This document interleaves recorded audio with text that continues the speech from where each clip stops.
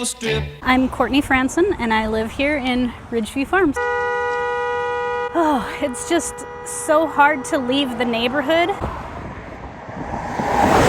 In the morning, we don't know if we're going to encounter an accident. Just yesterday, I was shooting drone video at the 7-Eleven at Harmon and East Harmon.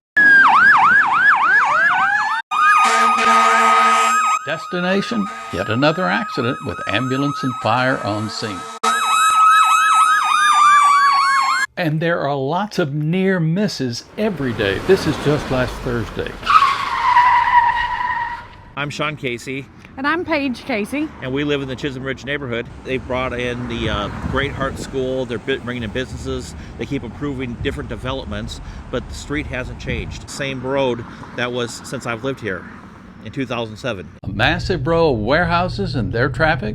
Great Heart Schools, additional traffic with vehicles either lined up to get onto their 2-lane road from Harmon or their patrons' other access option, the parking lot behind the 7-Eleven from which students and patrons walk to the campus. Coming soon next fall, Great Hearts adds high school, sure to bring more young, inexperienced drivers to this mix. Harmon is a tough road for new, inexperienced drivers. It is an intimidating road for them. Where will they park? Plus 252 apartments on their east side with 1.7 parking spaces per unit. Where will their overflow parking go, especially on holidays? Will they compete with the school for spots at the 7-Eleven or clog the streets of Chisholm Ridge or Ridgeview Farms as school patrons did before the 7-Eleven opened? If what's happening outside apartments on Presidio a mile away are any indication, something's got to give. Where will those currently walking from 7-Eleven to school go when development with the apartments blocks that path? What happens next year if construction really does start on 2 new bridges across 287? Solutions? City Transportation and Public Works turned down a request for a traffic light at Running River and Harmon last year after putting down 1 traffic measuring strip on Running River in front of Chisholm Ridge Elementary. But yesterday, in a hopeful sign, they installed 8 along Harmon, half on Harmon itself, the other 4 in Chisholm Ridge and Ridgeview Farms.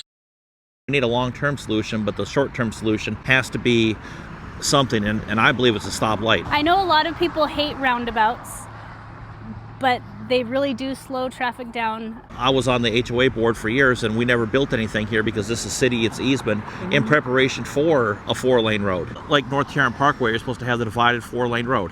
Other ideas I've heard tossed around or had myself. Can Great Hearts and the new apartments have additional entrances from the 287 service road, not just from Harmon? Can Great Hearts widen its current 2-lane entrance road and have a parking lot for waiters?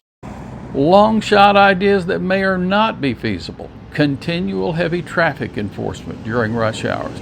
Too often things are written in blood, and we don't want to see it come to somebody being killed. Do you want to tell someone, I'm sorry, but your husband, your wife, your daughter, your son, their life was not worth this many dollars? We need to be proactive instead of reactive.